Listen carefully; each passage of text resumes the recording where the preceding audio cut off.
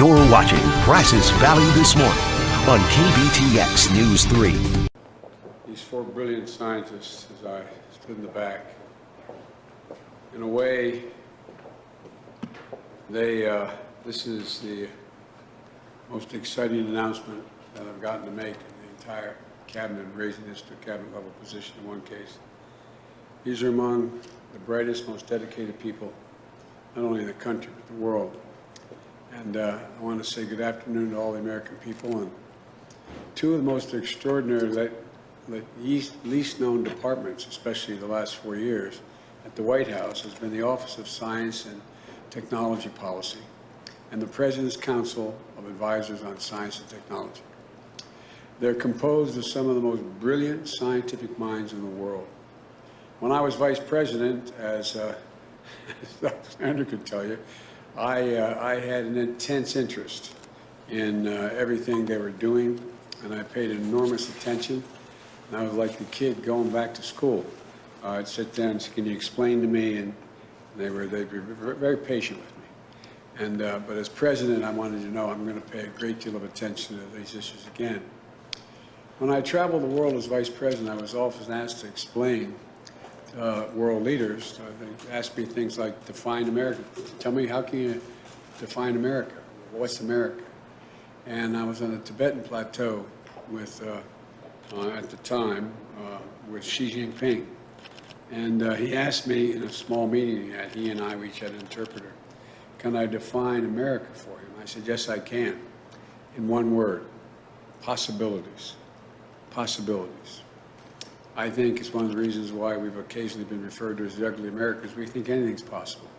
Given a chance, we can do anything. And that's part of, I think, the American spirit and what the people on this stage and the departments they will lead represent. Enormous possibilities. They're the ones asking the most American of questions. What next? What next? Never satisfied or what next? And what next is big and breathtaking. How can we make the impossible possible? And they weren't just asking questions for the sake of questions. They're asking these questions as call to action, to inspire, to help us imagine the future and figure out how to make it real, improve the lives of the American people and people around the world. This is a team that asks us to imagine every home in America being powered by renewable energy within the next 10 years. Or 3D image printers restoring tissue after traumatic injuries, and hospitals printing organs for organ transplants. Imagine. And they really, then rally the scientific community to go about doing what we're imagining. Using science, data, and discovery was a governing philosophy in the Obama-Biden administration. And everything from the economy to the environment, to criminal justice reform, and to national security, and on healthcare. For example, a belief in science led our efforts to map the human brain and to develop more precise individualized medicines. It led to our ongoing mission to end cancer as we know it, something that is deeply personal to both my family and Kamala's family, and countless families in America. When President Obama asked me to lead the cancer moonshot, I knew we had to inject a sense of urgency into the fight. We believed we could double the rate of progress and do in 5 years what otherwise would take 10. My wife Jill and I traveled around the country and the world meeting with thousands of cancer patients and their families, physicians, researchers, philanthropists, technology leaders, and heads of state. We sought to better understand and break down the silos and stovepipes that prevent the sharing of information and impede advances in cancer research and treatment while building a focused and coordinated effort here at home and abroad. We made progress, but there's so much more that we can do. When I announced that I would not run in 2015, at the time I said I only one regret. And Rose Garden asked me if I had any regrets. I said I'd one. That I wouldn't get to be the president to preside over cancer as we know it. Well, as God willing, the 20th of this month, in a couple of days, as president, I'm going to do everything I can to get that done. going to be a priority for me and for Kamala, and it's a signature issue for Jill as First Lady. We know the science is discovery. It's not fiction. It's also about hope, and that's America. It's in the DNA of this country, hope. We're on the cusp of some of the most remarkable breakthroughs that will fundamentally change the way of life for all life on this planet. We can make more progress in the next 10 years, I predict, than we've made in the last 50 years. It's sort of an exponential movement. We can also face some of the most dire crises in a generation, where science is critical to whether or not we meet the moment of peril and promise that we know is within our reach. In 1944, Franklin Roosevelt asked his science advisor, how could the United States further advance scientific research in the critical years following the Second World War? The response led to some of the most groundbreaking discoveries in the last 75 years. We can do that again, and we can do more. So today, I'm proud to announce a team of some of the country's most brilliant and accomplished scientists to lead the way. And I'm asking them to focus on 5 key areas. First, the pandemic and what we can learn about what is possible or what should be possible to address the widest range of public health needs. Second, the economy. How can we build back better to ensure prosperity is fully shared all across America, among all Americans? And thirdly, how science helps us confront this climate crisis we face in America and the world. But in America, how it helps us confront the climate crisis with American jobs and ingenuity. And fourth, how can we ensure the United States leads the world in technologies and in the industries that the future that will be critical for our economic prosperity and national security, especially with the intense increased competition around the world from China on. And fifth, how can we ensure the long-term health and trust in science and technology in our nation? You know, these are each questions that call for action, and I'm honored to announce a team that is answering the call to serve. As the Presidential Science Advisor and Director of the Office of Science and Technology Policy, I nominated one of the most brilliant guys I know, persons I know, Dr. Eric Lander. And thank you, Doc, for coming back. The pioneer, he's a pioneer in his scientific community, principal leader in the Human Genome Project. It's not hyperbole to suggest that Dr. Lander's work has changed the course of human history. His role in helping us map the genome pulled back the curtain on human disease, allowing scientists ever since and for generations to come to explore the molecular basis for some of the most devastating illnesses affecting our world. And the application of his pioneering work are poised to lead to incredible cures and breakthroughs in the years to come. Dr. Lander now serves as the president and the founding director of the Broad Institute at MIT and Harvard, the world's foremost non-profit genetic research organization. And I came to appreciate Dr. Lander's extraordinary mind when he served as the co-chair of the President's Council on Advisors in Science and Technology during the Obama-Biden administration. And I'm grateful we can work together again. I've always said that the Biden-Harris administration will also going to lead, and we're going to lead with science and truth. We believe in both. That's right. This is how we're going to, God willing, overcome the pandemic and build our country back better than it was before. And that's why, for the first time in history, I'm going to be elevating the Presidential Science Advisor to a cabinet rank, because we think it's that important. As Deputy Director of the Office of Science and Technology Policy and Science and Society, I appoint Dr. Nelson.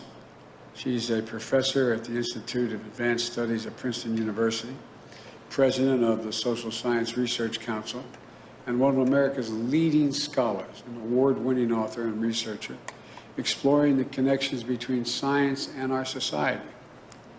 The daughter of a military family, and her dad served in the United States Navy, and her mom was an Army cryptographer.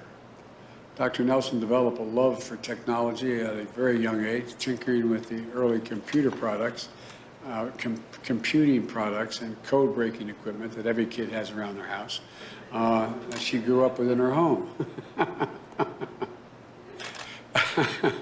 And when I wrote that down, I thought to myself, I mean, how many kids, anyway. And that passion, it was a passion, forged a lifelong curiosity about the inequities and the power dynamics that sit beneath the surface of scientific research and the technology we build.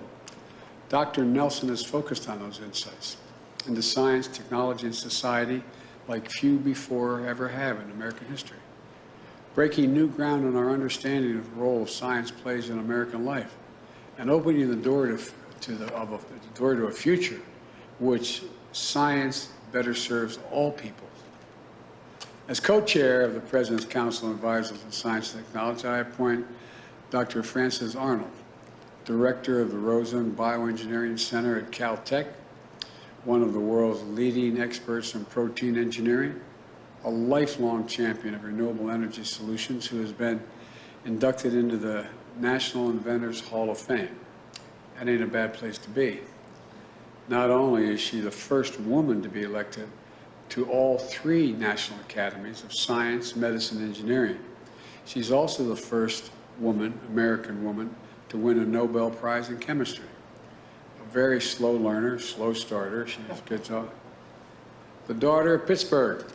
She worked as a cab driver, a jazz club server, before making her way to Princeton and Berkeley in a career on the leading edge of human discovery. And I want to make that point again. I want, if any of your children are watching, let them know you can do anything. In this country, you can do anything, anything at all. And so she survived breast cancer, overcame the tragic losses in her family while rising to the top of her field, still overwhelmingly dominated by men. Her passion has been a steadfast commitment to renewable energy for the betterment of our planet and humankind. She is an inspiring figure to scientists across the field and across nations. And I want to thank Dr. Arnold for agreeing to co-chair the first all-woman team to lead the President's Council of Advisors on Science and Technology, which leads me to the next member of the team. As co-chair, the President's Council of Advisors on Science and Technology, I appoint Dr. Maria Zuber, now a trailblazing geophysicist and planetary scientist, a former chair of the National Science Board, first woman to lead the science department at MIT, and the first woman to lead NASA's robotic planetary mission. Growing up in coal country, not far from heaven, Scranton, Pennsylvania, in Carbon County, in Pennsylvania, about 50 miles south of where I was a kid, she dreamed of exploring outer space. I could have told her she'd just go to Greenreach in Scranton and she'd find where it was. But I shouldn't be so flippant, but I'm so excited about these folks. Reading every book she could find and listening to her mom's stories about watching the earliest rocket launch on television, Maria became the first person in her family to go to college and never let go of her dream. Today, she oversees the Lincoln Laboratory at MIT and leads the institution's climate action plan. She's played a leadership role in 10 NASA missions. Her groundbreaking work on planetary mapping has generated some of the most accurate topographical maps humanity has ever produced of the moon and of Mars. Not only is she an explorer of outer space, she's one of the most accomplished explorers in generations. And I'm truly honored that she's agreed to answer this call to service to help us chart new courses of discovery.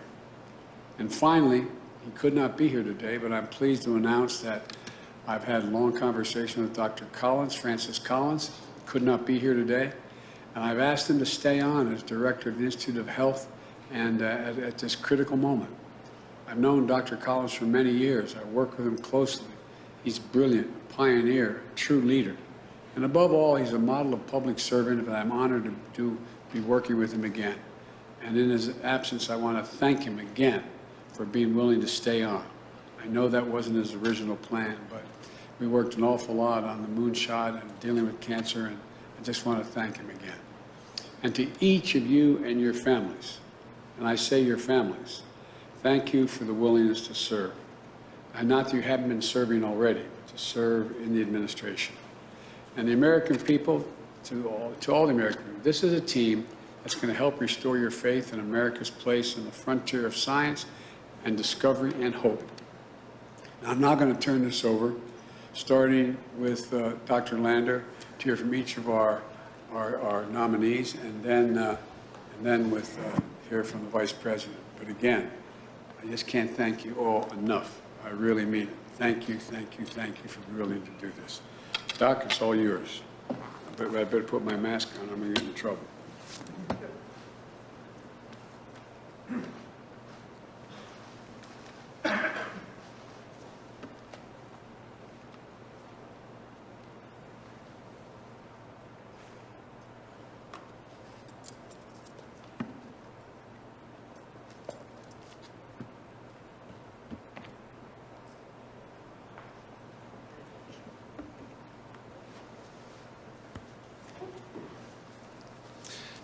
Well, I want to start by thanking you, President-elect Biden and Vice President-elect Harris, for your trust and the opportunity to help elevate science in the White House as we all build back better.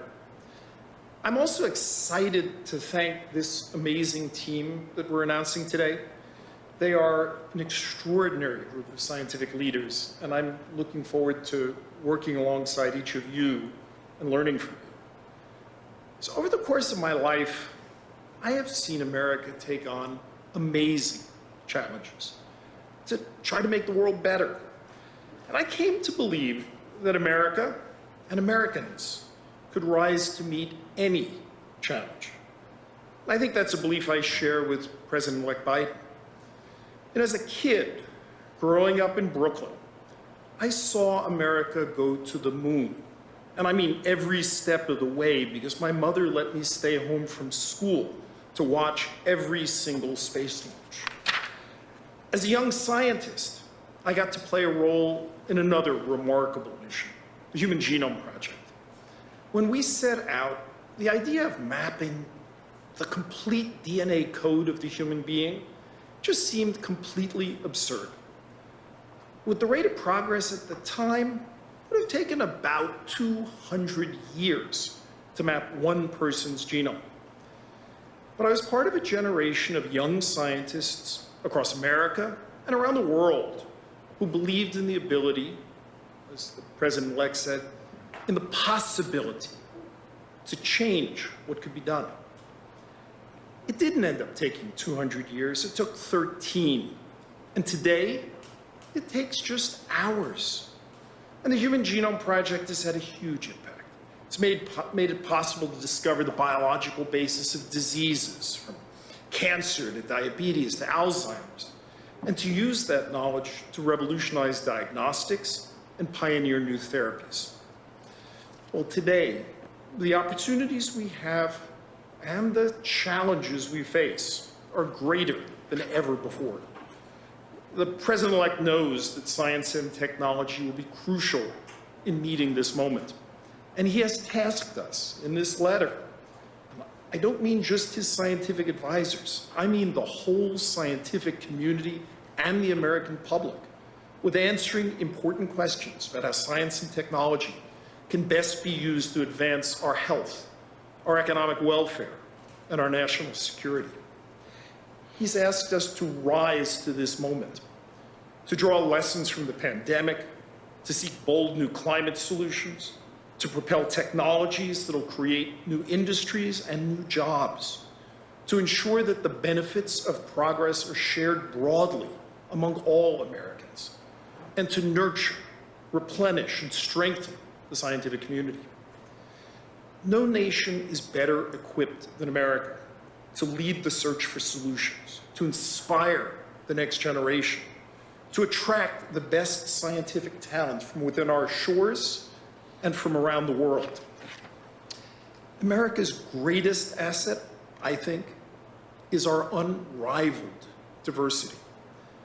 After all, scientific progress is about someone seeing something that no one's ever seen before, because they bring a different lens, different experiences, different questions, different passions. No one can top America in that regard. But we have to ensure that everyone not only has a seat at the table, but a place at the lab bench. I am so grateful to this team, to the president-elect and the vice president-elect, and I am so excited about working together to extend the endless frontiers of science. Thank you.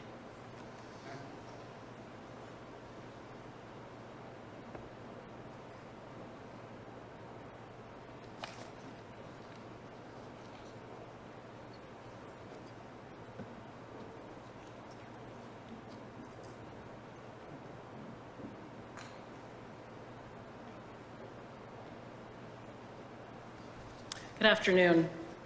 Thank you, President-elect Biden and Vice President-elect Harris, for your trust, for your faith, and for this extraordinary honor. I am beyond humbled. I come from a family that long dedicated itself to public service. My parents are veterans. My mother, Dolores, served in the U.S. Army and later in federal government. My father, Robert, spent his 30-year career in the U.S. Navy. Thanks to them, I grew up instilled with an abiding belief in the importance of serving one's country. I thank my family for this model of service and also for their love and support. Now, I am deeply grateful that I will have the opportunity to lend my own experience and expertise in public service. For an academic whose work stands at the intersection of technology, science, and our social fabric, there is no mistaking the power and meaning of the moment we are living through today. Of course, science and technology have permeated nearly every aspect of our lives throughout the course of human history. But perhaps never before in living memory have the connections between our scientific world and our social world been quite so stark as they are today. The COVID-19 crisis has inflicted extraordinary suffering, but it has also held up a mirror to our society, reflecting in its deadly wake resource gaps and medical disparities, the inequality we've allowed to calcify. And as new technologies take root in our lives, from artificial intelligence to human genome editing, they reveal and reflect even more about the complex and sometimes dangerous social architecture that lies beneath the scientific progress we pursue. Science at its core is a social phenomenon. It is a reflection of people, of our relationships, and of our institutions. When we provide inputs to the algorithm, when we program the device, when we design, test, and research, we are making human choices. Choices that bring our social world to bear in a new and powerful way. It matters who makes these choices. It matters who they're thinking about when they do. That's why, in my career, I've always sought to understand the perspective of people and communities who are not usually in the room when the inputs are made, but who live with the outputs nonetheless. As a Black woman researcher, I am keenly aware of those who are missing from these rooms. I believe we have a responsibility to work together to make sure that our science and technology reflects us, and when it does, that it reflects all of us, that it reflects who we truly are together. This too is a breakthrough. This too is an innovation that advances our lives.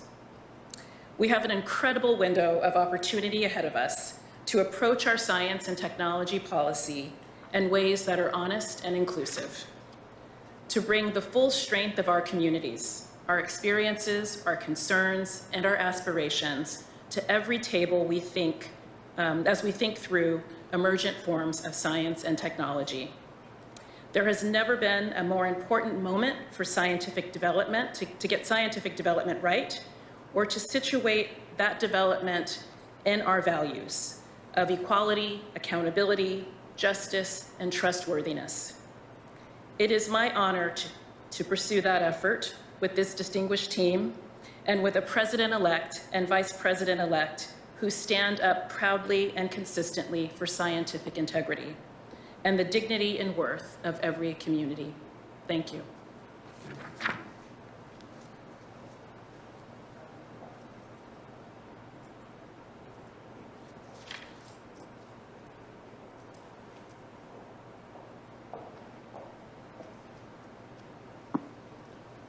Mr. President-elect, Madam Vice President-elect, I am humbled and honored by this chance to serve the American people at this moment of profound grief, but unprecedented opportunity.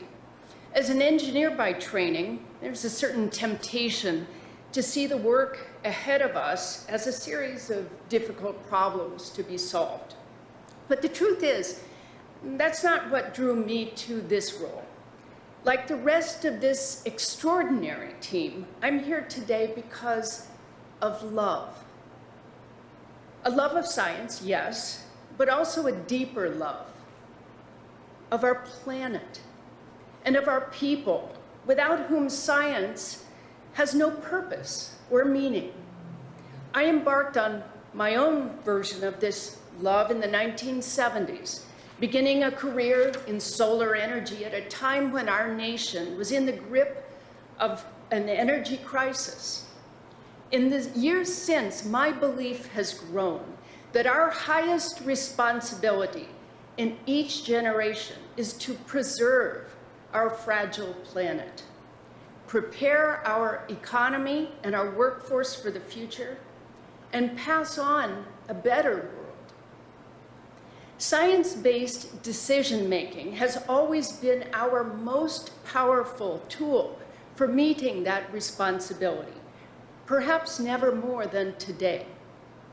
As a pandemic rages, taking so much and threatening all that we love, we look to science and technology for answers. Technology to stay connected to one another, science to find vaccines and light our path out of darkness. As climate change looms, we look to science and technology once more to save this precious jewel of our planet so that we might pass it on to future generations intact and in good health, as it was passed to us. In a time of economic crisis, we look to science to develop the industries of the future, the ones that will breathe new life into our livelihoods and provide the good jobs that lift up families and our communities and bring dignity and security to all of our people. And in a moment of torrential divisions, science offers us a common shelter of facts and truth, within which we can begin to come together and in time to heal. Science, once again, is not about cold solving of problems. It's a warm and beautiful exploration of the unknown, an expression of human curiosity that propels us forward and allows us to fulfill our most important responsibilities. The moment we fail to nurture it, we resign ourselves to living in the past and lose the chance to guide the future. The agenda put forward by the President-elect and the Vice President-elect resonates with me, not only as a scientist, but as a grandmother. When we put science back to work for the benefit of all people, revitalizing our economy, fueling our climate response, broadening our perspective as we rebuild around greater equity and opportunity, we are making a society that is worth passing on to our children and our grandchildren. It is an act of love, and I am honored by the opportunity to help nurture this effort. Thank you.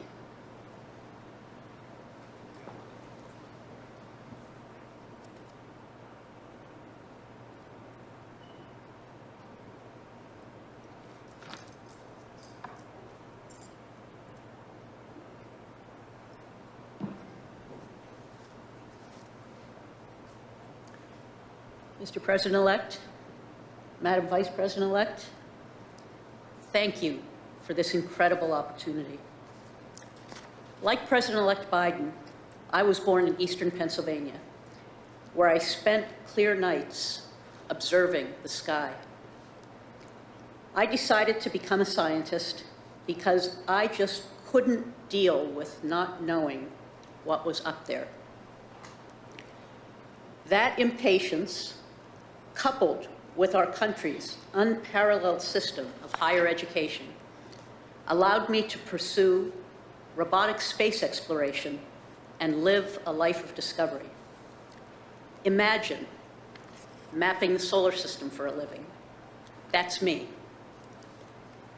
Somewhere along the way, I began to appreciate another dimension of science, to see it as a way to help people and advance our country. That element of service called to me just as powerfully as the night sky had in my youth. I have been fortunate to serve our country across each of the previous 3 administrations.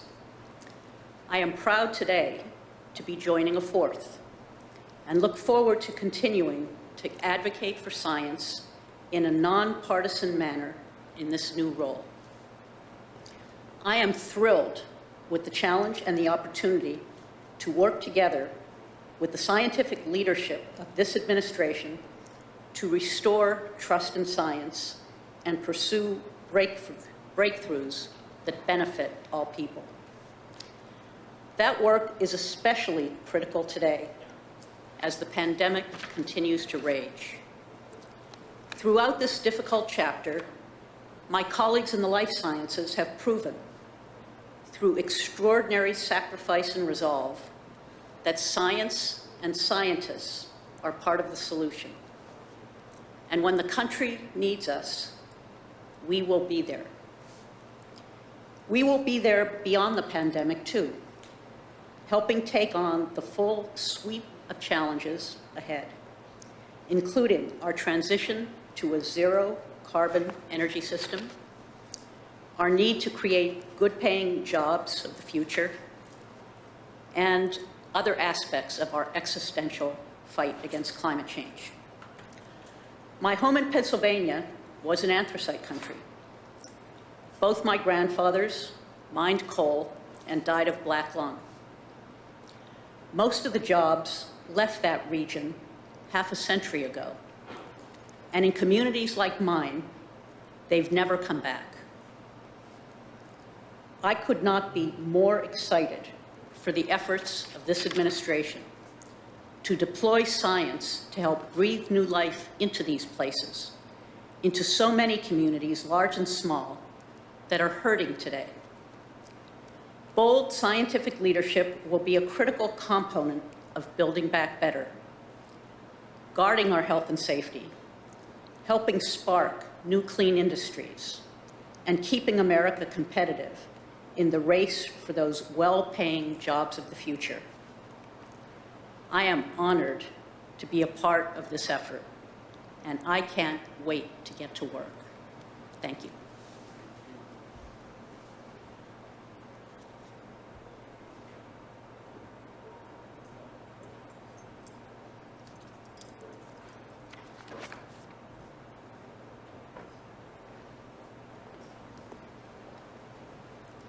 Mr. President-elect, thank you for this. This is, the President-elect and I can nerd out a little sometimes, but this is so fantastic. Thank you. And I'll tell you, I feel a certain kinship with the nominees we are bringing together today, because my mother was a scientist, an endocrinologist, and she was so passionate about science. She basically had 2 goals in her life: to raise her 2 daughters and to end breast cancer. In fact, when I was young, I'd go with her to the lab where she would give me jobs to do. These folks will appreciate my least favorite was cleaning pipettes. Exactly. But when you're the daughter of a scientist, science has a way of shaping how you think and see the world. My mother used to talk about the scientific method as if it were a way of life. And she instilled in me a fundamental belief in the importance of collecting and analyzing data, facts, of forming a hypothesis, and recognizing that it's not a failure to reevaluate that hypothesis when the facts don't add up, of making decisions not based on intuition or ideology, but based on evidence. And today, the importance of that lesson, of following the science, of listening to the scientists, is clear everywhere we look. From a pandemic that has taken such a devastating toll, partly because our nation's leaders did not listen to the scientists from the start, to raging wildfires, record-breaking storms, and a climate crisis that scientists agree is caused by human beings. The science behind climate change is not a hoax. The science behind the virus is not partisan. The same laws apply. The same evidence holds true, regardless of whether or not you accept them. And President-elect Biden and I will not only listen to science, we will invest in it so we can achieve breakthroughs, from strengthening public health to tackling climate change to jump-starting job creation and economic growth. And as we do, we will also make sure we are investing in STEM education and the next generation of scientists, including women scientists and scientists of color. The team we are naming today will help us lead this work. These world-renowned scientists and distinguished experts are joining our administration because they believe in public service, in the nobility of public service. And they want to put their extraordinary talents to work on behalf of the people of the United States. By nominating them to these important posts, the President-elect is sending a very clear message. We are going to make sure the United States of America once again leads the way in science and innovation, harnessing the world's collective knowledge to unlock new cures, new breakthroughs, and as the President-elect always talks about, new possibilities for everyone. So let me close by saying this. A few weeks ago, I got the first dose of my coronavirus vaccine. It was the Moderna vaccine, and it was developed with NIH, the National Institutes of Health, by a team that was co-led by a 34-year-old black woman by the name of Dr. Corbett. So I have a message for all the little girls and boys out there who dream of growing up to be a superhero. Superheroes aren't just about our imagination. They are walking among us. They are teachers and doctors and scientists. They're vaccine researchers like Dr. Corbett. And you can grow up to be like them too. So let's dream big, lead with conviction, and see ourselves, each one of us, as the superheroes of tomorrow. Because the beauty of science is that it is about the pursuit, as has been talked about what we can do to improve the human condition, to lift people up, to see what can be, unburdened by what has been. So to the young people, our young leaders, see yourselves that way and pursue your dreams, not only for your sake, but for ours, because our country needs you. And again, Mr. President-elect, thank you so very much. Thank you. I got to say one thing. I'm not supposed to speak again. Come here, don't go away. You can tell, this is real. We are both really excited about this. Really excited. Because I think there's so much we can do. And I think you got it right, Doc. We have the most diverse population in the world that's in a democracy that functions. And there's so much we can do. I can't tell you how excited we've been about doing this. We saved it for last. I know it's not, we're not naming the Department of Defense and the Attorney General, but I tell you what, you have more impact on what our children are going to face and our grandchildren, what they're going to have opportunities to do than anybody. And she's pretty good too, isn't she? Pretty good. I may not be much, but I know how to pick them. So anyway, this is really, we're going to be doing a lot of work, and I can hardly wait to have you. I'm taking this beyond what we're supposed to do. See you all. Okay. Come on. Is there any scenario where you would not be taking the oath outside on